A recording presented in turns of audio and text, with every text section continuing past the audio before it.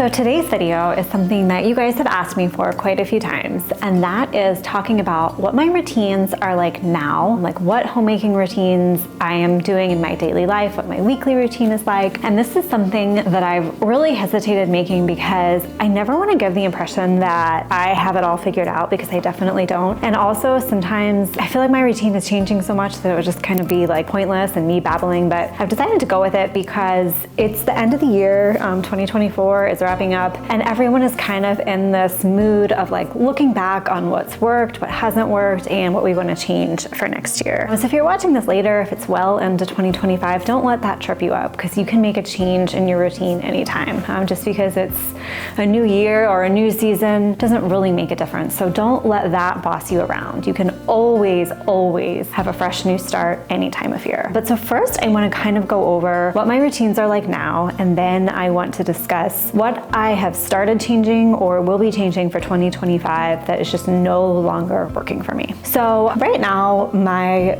sort of like the cornerstone of my routine is waking up really early and getting anything that I can get done early before my kids wake up. I wake up before 5. I try to do some computer work for my blog at that time. And then at around 6:30, I switch over to getting myself dressed and then getting my house like straightened up as if somebody was coming over. So I'm not like cleaning the windows or opening cabinets, and I just want it looking presentable so that when I'm going about my day, it looks okay and it's not like bugging me. Something that I've realized has been sort of making me mad and putting me in a bad mood and making me act irrational is when people in my family leave things out and about. I'm like taking it personally. Like they leave their backpack on the ground and I think, don't they know that I have to be here all day and look at that backpack and how dare they? Like it feels like an attack on me. And I've kind of been trying to be reasonable about that and saying like, no, they're just leaving their backpack on the floor. That's all it is. If it's bothering you, every morning get the house to a state where it's not going to make you feel victimized so that you can get through your day without being such a grump.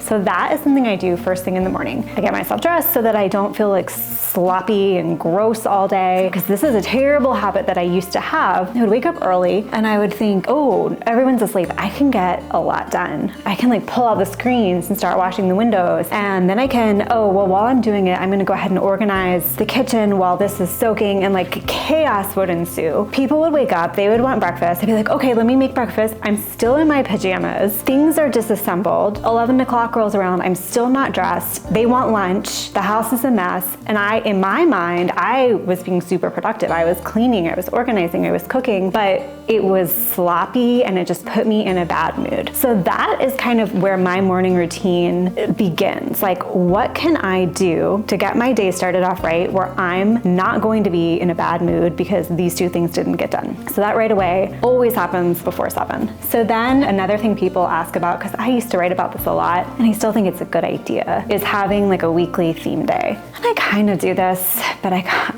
kind of don't. So one that I stick to very strictly is on Mondays, I will clean out my fridge. Then I go to the grocery store, restock the fridge with like chopped up things, like make that fridge look like an asset. Like you open the fridge, there's stuff to eat, it's clean, it's bright, it looks nice. That happens on Monday along with grocery shopping. I always do that then. And then on Fridays, I like clean the house, like vacuum to where I'm dusting furniture, I vacuum the whole upstairs and downstairs, dust the whole upstairs and downstairs on Fridays. And those are the only ones that I really stick to. So Tuesdays are when we're supposed to do the bathrooms. My kids do their bathrooms on Tuesdays. I sometimes do mine on Tuesdays. Sometimes I sort of like break it up throughout the week. I'm not so strict with myself about those weekly chores the way I used to be. And a lot of that is because my personality maybe has changed, and I'm trying to, this kind of goes back to what I was talking about in the morning routine. I'm trying to structure my life not in a way that there's like somebody looking down on me, giving me a stamp of approval. Yes, you cleaned your bathroom on Tuesday, great job. But in a way that I'm going to enjoy my day-to-day life. And I don't know if that's just me getting older and getting soft in my old age, or if it's the fact that I have 3 kids in school, which you would think would make me less busy, but it's actually making me really busy as things come up at their school that I want to be a part of, places they have to go. like factors in my schedule that are outside my control, it feels easier sometimes to just kind of have those 2 days that don't change and then keep everything else more flexible. So that's kind of my weekly schedule. As far as meal planning, which is something people ask me about a lot, that is something that I'm going to change this year. And it's probably the first thing that I want to discuss that I am leaving behind that's just not working for me anymore. And not meal planning, don't get me wrong. I would never leave meal planning behind, but specifically monthly meal planning. I just did a video on monthly meal planning and how it's great and everybody should do it. It's just not working. And part of that is, again, I have these like outside things happening. So if somebody gets invited to a birthday party and it's in 2 weeks and I had planned a whatever thing where I had to be at the stove for 3 hours, you know, it's just, it feels so inflexible. And it gets back to that. This is something I have always said, your schedule, this is actually something I learned from Babywise, which is that like really strict baby schedule thing that is, I don't think anyone does that anymore, but I actually liked it. But anyway, the schedule serves you, you don't serve the schedule. And so that's something you always have to keep in mind. You're the one creating this routine to help yourself. Nobody is going to give you a gold star for sticking to it. Its only purpose is to help you. So if it's not doing that, it doesn't have a purpose. The monthly meal planning wasn't helping me. It was stressing me out. I didn't feel flexible. The only aspect I liked about it was the fact that like the decision making all happened up front. I hate planning what's for dinner. I liked the fact that I could just do it at the beginning of the month and then kind of forget about it. What's funny is I actually have a method that works really well for this, and I have a course on it actually. It's really a great plan, and I've just gone back to this, and it's the best way to meal plan. And it's basically you make a framework for every month, and then once a week you fill in the details. And it's, you know, it's simple. It's a good little course. I'll link to it if you guys are interested, that walks you through exactly how to do this and gives you like all the printables and everything you need for it. But basically it's a blend of being structured and then having that week-to-week flexibility, but it makes your weekly meal planning super easy because you already have this sort of like framework done. And along with that, this goes back to something else that I am not going to be doing anymore that I also used to think was a great idea and have a blog post about how I think it's such a great idea, and that is grocery delivery. There was this like window in time where it really was great. And I also want to be super clear when I'm talking about this, that there are a lot of people that definitely should be getting grocery delivery. Like obviously if it's hard for you to get out of the house because you're disabled in any way, of course you should get grocery delivery. Also, if you have really little kids, it is super hard to get out of the house, and I have a great deal of sympathy for that, and I know what that's like, and I think you also should have grocery delivery. In my case, there's really no good reason why I can't go get my groceries. I dropped my last round of kids off around 9. I'm halfway to like town where we have a really nice grocery store. It's, you know, 10 more minutes for me to just go there, and I don't really have a good enough reason to need it. And if you just want grocery delivery, that's fine. I actually find the price really reasonable. I would get it from Walmart Plus. So it's like $100 a month to have Walmart Plus. And then the Walmart in-home delivery is I think $45 extra. This is for the year. So it comes out to less than $15 a month, and it's unlimited deliveries. As long as the price is $35 or over the price of the delivery, it's free and they don't allow tipping. So there's no like hidden charges. So that is a really, really reasonable price for grocery delivery. So I had a couple problems with it. I was not getting great produce, and they're very good about like refunding your money.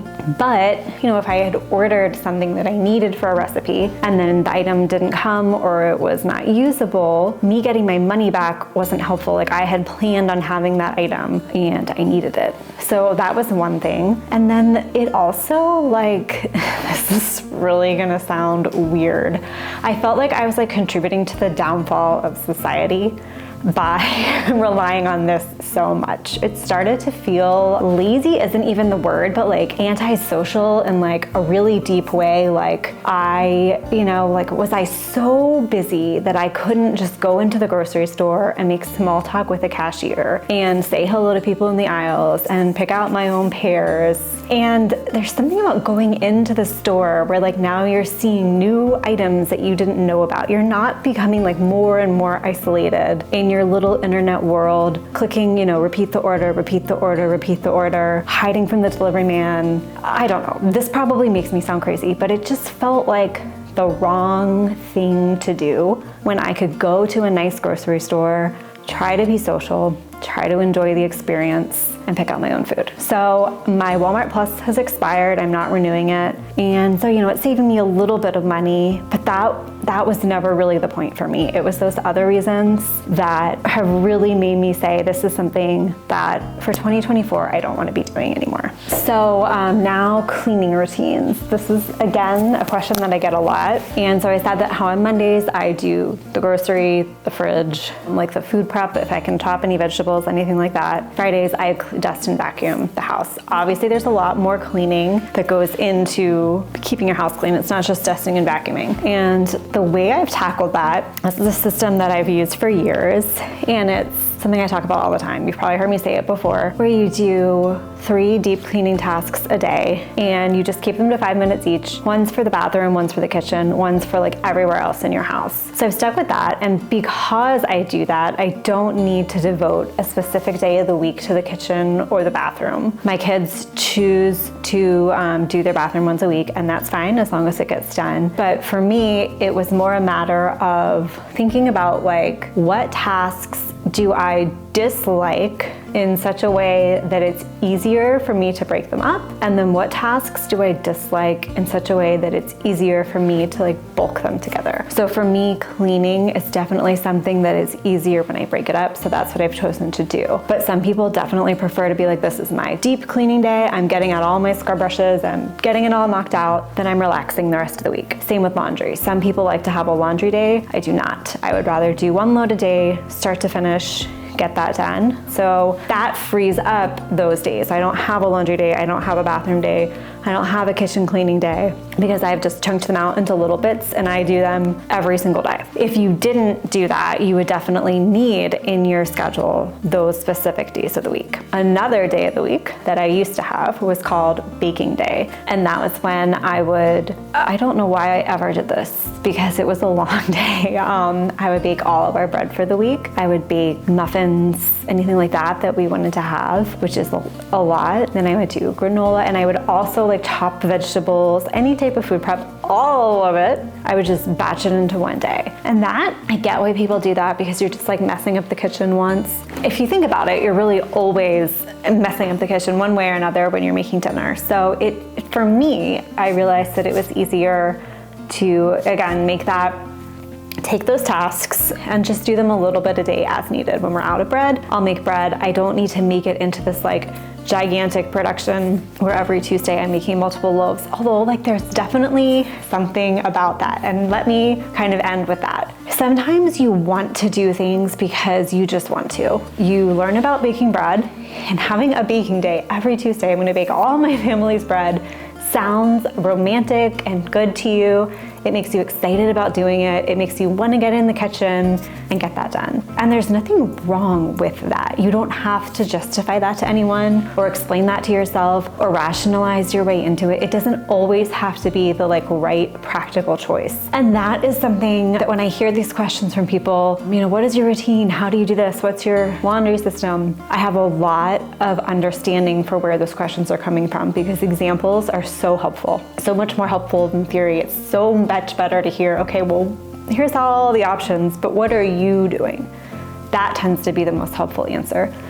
But at the same time, the annoying truth is that the best way to find out is just to pick one and do it and see how you like it. And it doesn't have to be a list of pros and cons, just what do you want to do? How do you want to structure your laundry? Do all of your loads in one day. Do you feel great now that it's done? Or when that next day rolls around, are you just filled with dread because it's now piled up to this like out of control monster? There are so many ways to run your household. I could make 45 videos about each and every way to do it. But the true answer is the best thing to do is to just take action on one of them. And then after that, the next decision, the next path for you will become very, very, very clear. And the very, very final thing that I'm doing in 2025 is trying to add a little bit more beauty to my everyday life. And this again sounds weird, But I have this tendency to, when I am home, trying to just be quick and practical and get things done so that I can then do what exactly, I don't know. And so I'm trying to kind of slow that down and make things more enjoyable. So really focusing on like what I see, like from my chair in the living room. What do I have a view of out the window?